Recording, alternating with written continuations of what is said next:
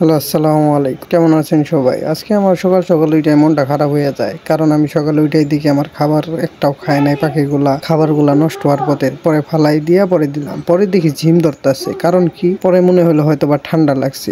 পাখিটা একটু কানের কাছে নিয়ে দেখি আসলেই ঠান্ডা লাগছে। আর এইদিকে আমার বিড়ালটা ক্যামেরা দেখে দেখেন কেমন শুরু করছে। যাই হোক, পরে আর দেরি না করে বাজারের দিকে হাঁটা শুরু করলাম। বাজারে যাই মাইক্রোনিট এই ওষুধটা নিয়ে নিলাম।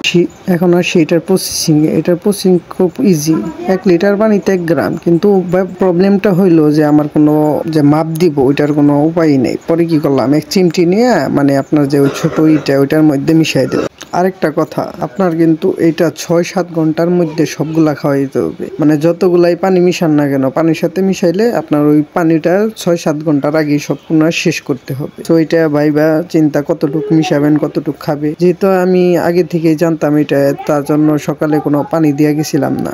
ডিরেক্ট আইসা ডিরেক্ট পানি মনে করেন একবারে মিক্সড করে, মানে ওদের কোনো পানি দিছিলাম না, যাতে দেওয়ার সাথে সাথে ওরা খাইয়া ফেলায় সবগুলা। পরে তাই হয়, দেওয়ার সাথে সাথেই মনে করেন সবগুলা খাইয়া ফেলে। আবার 5-6 দিন দিবেন টানা, 5-6 দিন দিলেই হবে না। এই ছিল আজকের ভিডিও। আর ভাই, আমার পাখি দেখে যদি কারো একটু ভালো লাগে সবাই মাশাআল্লাহ বলেন, কারণ মদ নবজর কিন্তু সত্য ভাই।